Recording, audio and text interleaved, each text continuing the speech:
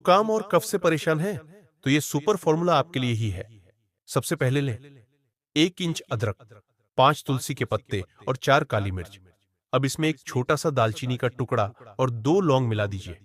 इन सभी चीजों को 1 गिलास पानी में 3 मिनट तक अच्छी तरह उबालें।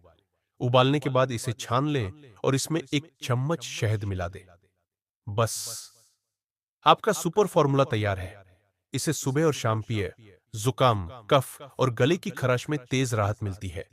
अगर वीडियो अच्छा लगे तो लाइक और शेयर करना ना भूलें।